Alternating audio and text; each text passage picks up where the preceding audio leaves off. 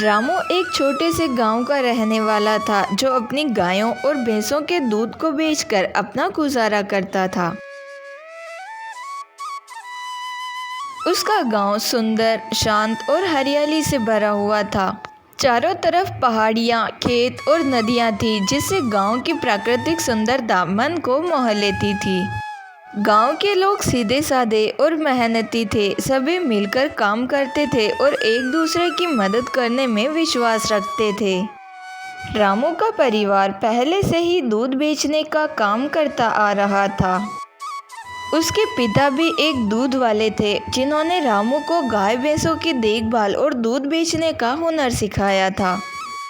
देख रामू बेटा, मेरी तो अब उम्र हो चुकी है और मैं अब दूध नहीं बेच सकता, लेकिन मैंने तुम्हें दूध बेचने का हर काम सिखाया है। बेटा, यह दूध बेचने का काम हमारी कई पीढ़ियों से चला आ रहा है और सभी ने बड़ी ईमानदारी के साथ दूध बेचा है और अपना नाम कमाया है, और तुम्हें भी इसी नियम का पालन करना है। जरा सा भी लालच मत करना।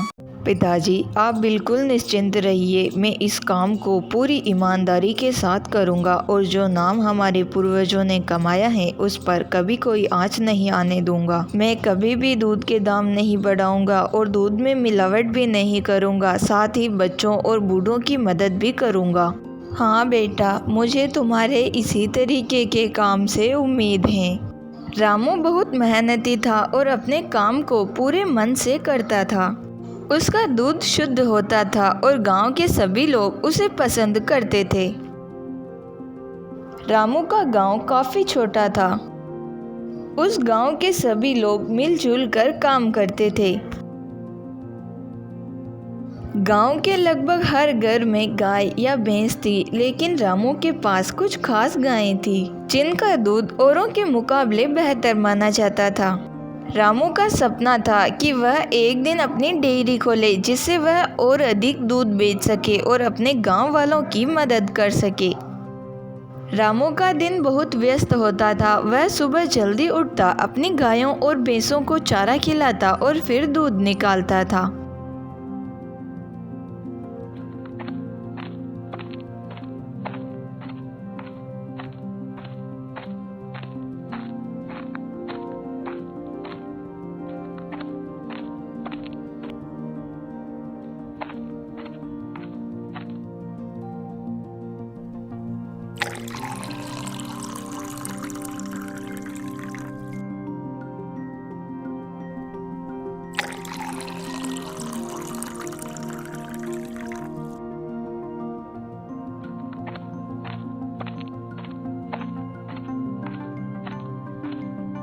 रामू साइकिल लेकर दूध बेचने के लिए निकल जाता।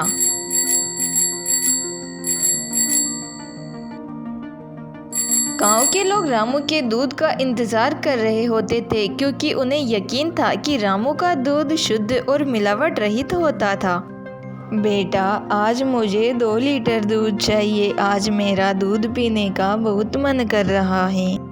अरे हाँ चाची, आपको जितना दूध चाहिए आप उतना ले लीजिए। मेरे पास खूब सारा दूध है। अरे भाभी जी, आप वहाँ क्यों खड़ी हैं? इधर ही आ जाइए दूध लेने के लिए।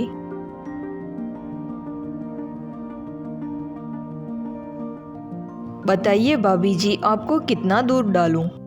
भैया, मुझे 1 लीटर दूध चाहिए। अरे भाभी जी, इतने थोड़े से दूध का आप क्या करेंगी? आपके तो 2 छोटे छोटे बच्चे हैं, उन्हें दूध पिलाइए, उनकी सेहत के लिए अच्छा रहेगा। अरे भैया, बच्चे दूध पीते कहाँ हैं? अगर वो दूध पीने लग जाएं तो मैं तो उनके लिए ढेर सारा दूध खरीद लूँ। इसी तरीके से रामू गांव के अलग अलग घरों में जाता है और दूध बेचता है।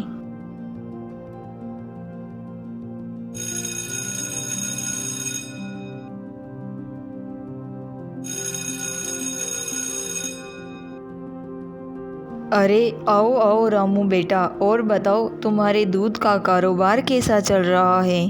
चाचा, ऊपर वाले की दया से अभी तो सब कुछ अच्छा चल रहा है और अगर यही स्थिति रही तो मैं गांव में जल्दी ही एक डेयरी खोल लूँगा। बेटा, मेरा आशीर्वाद तुम्हारे साथ है और हम पूरे गांव वाले मिलकर तुम्हारी डेयरी खोलने में मदद करेंगे, क्योंकि तुम्हारे जितना स्वादिष्ट और ताज़ा दूध आसपास के किसी गांव में नहीं मिलता। हाँ चाचा, मैं आप लोगों की मदद के बिना अकेला कुछ भी नहीं कर सकता। मुझे इस गांव में अगर डेयरी खोलनी है तो आप सभी लोगों के सहयोग की आवश्यकता होगी। हाँ हाँ बेटा, तुम्हें जब भी हमारी ज़रूरत पड़े तुम हमसे बेझिझक बोल सकते हो। ठीक है चाचा, अब मैं चलता हूँ। गांव के बच्चे जब भी रामू की साइकिल की घंटी सुनते उसके पीछे पीछे दौड़े चले जाते।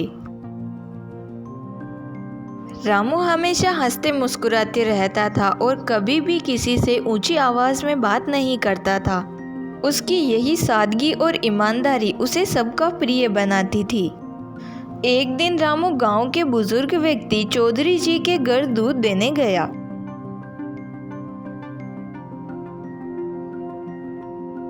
बेटा, तुम बहुत अच्छा काम करते हो। तुम्हारा दूध हमेशा शुद्ध होता है और हमें तुम पर पूरा भरोसा है।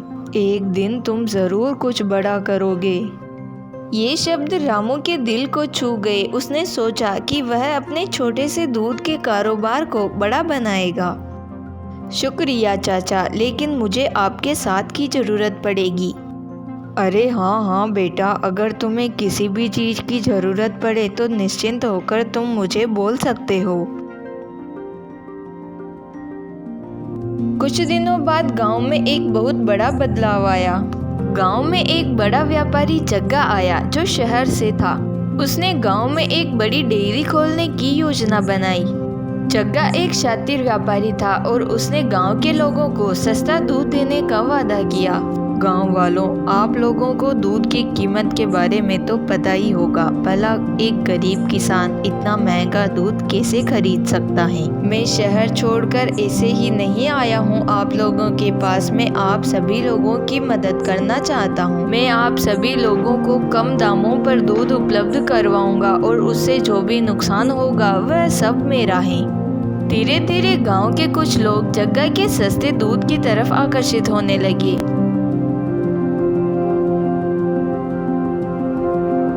आओ आओ गांव वालों, आप सभी लोगों का मेरी इस डेयरी पर स्वागत है। आप सभी लोगों के लिए मैंने दूध रख रखा है। गांव वाले दूध लेकर वहां से चले जाते हैं। रामू को इस बदलाव से चिंता होने लगी। उसे लगा कि उसका कारोबार अब खत्म हो जाएगा। उसे समझ नहीं आ रहा था कि वह क्या करे। मैं इतना ताज़ा और स्वादिष्ट दूध बेचता हूँ, फिर भी गांव वाले उस जग्गा की बातों के लालच में आकर उससे दूध खरीदने लगे हैं। अगर यही स्थिति रही तो मेरा कारोबार तो बंद हो जाएगा।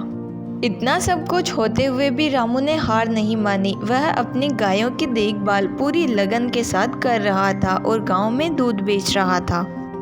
रामू के पास एक विशेष गाय थी जिसका नाम था लक्ष्मी। लक्ष्मी रामू के लिए बहुत खास थी क्योंकि उसका दूध सबसे अधिक पौष्टिक और स्वादिष्ट होता था। गांव के कुछ लोग विशेष रूप से लक्ष्मी का दूध लेना पसंद करते थे, लेकिन कुछ समय से लक्ष्मी बीमार चल रही थी और दूध देना भी बंद कर दिया था। अरे बेटा, आजकल तुम लक्ष्मी का दूध नहीं ला रहे हो। उसके दूध के बिना तो मुझे दूध भी अच्छा नहीं लगता। चाची, लक्ष्मी पिछले कुछ दिनों से बीमार है और उसने दूध देना भी बंद कर दिया है। बेटा, तुम लक्ष्मी को गांव के डॉक्टर को दिखाओ और उसका इलाज करवाओ। हाँ चाची, मैं आज ही डॉक्टर साहब के घर जाऊंगा और उनसे बात करूंगा। रामू ने बहुत कोशिश की, लेकिन लक्ष्मी की सेहत में कोई सुधार नहीं हो रहा था। रामू लक्ष्मी की सेहत को लेकर काफ़ी परेशान था और उसने गांव के डॉक्टर से सलाह ली। रामू, मैं तुम्हें कुछ दवाइयाँ दे रहा हूँ। 2-3 दिन उन दवाइयों को खिलाकर देखो, उसे आराम मिलेगा। डॉक्टर साहब ने रामू को कुछ दवाइयाँ दी और रामू उन्हें घर ले गया। रामू ने लक्ष्मी को दवाइयाँ खिलाई, लेकिन उसकी सेहत में जरा सा भी फर्क नहीं पड़ा। रामू लक्ष्मी के बिना अपने कारोबार को बचाने में असहाय महसूस कर रहा था। उसे समझ नहीं आ रहा था कि अब वह क्या करे। अब मैं दूसरों के भरोसे नहीं रह सकता, मुझे ही कुछ करना होगा। मुझे लक्ष्मी को जल्द से जल्द ठीक करना होगा क्योंकि अब वही मेरे कारोबार को बचा सकती हैं। रामू ने लक्ष्मी की विशेष देखभाल करना शुरू किया। वह रोज जंगल जाता और वहां से दुर्लभ जड़ी बूटियां चुन कर लाता।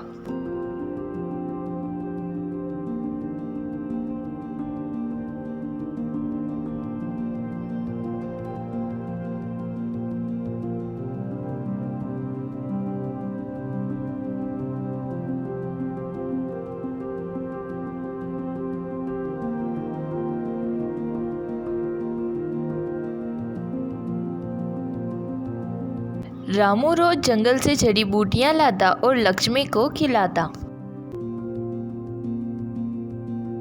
साथ ही वह लक्ष्मी को रोज ताजे पानी के पास ले जाता ताकि वह ताजगी महसूस कर सके। गांव के कुछ लोगों ने भी रामू की मदद की। रामू ने लक्ष्मी की देखभाल में कोई कसर नहीं छोड़ी। रामू की मेहनत और लगन रंग लाई और कुछ ही दिनों में लक्ष्मी की सेहत में सुधार होने लगा और वह फिर से दूध देने लगी। रामू की मेहनत और लगन देखकर गांव के लोग भी रामू की तारीफ करने लगे। रामू, तुम्हारी लगन और ईमानदारी का कोई मुकाबला नहीं है। तुमने अपने पशुओं की जो सेवा की है उसका फल तुम्हें ज़रूर मिलेगा। रामू की मेहनत का फल अब दिखने लगा था। लक्ष्मी फिर से दूध देने लगी और इस बार उसका दूध पहले से भी ज़्यादा ताकतवर और स्वादिष्ट था। गांव के लोग फिर से रामू के पास दूध लेने आने लगे।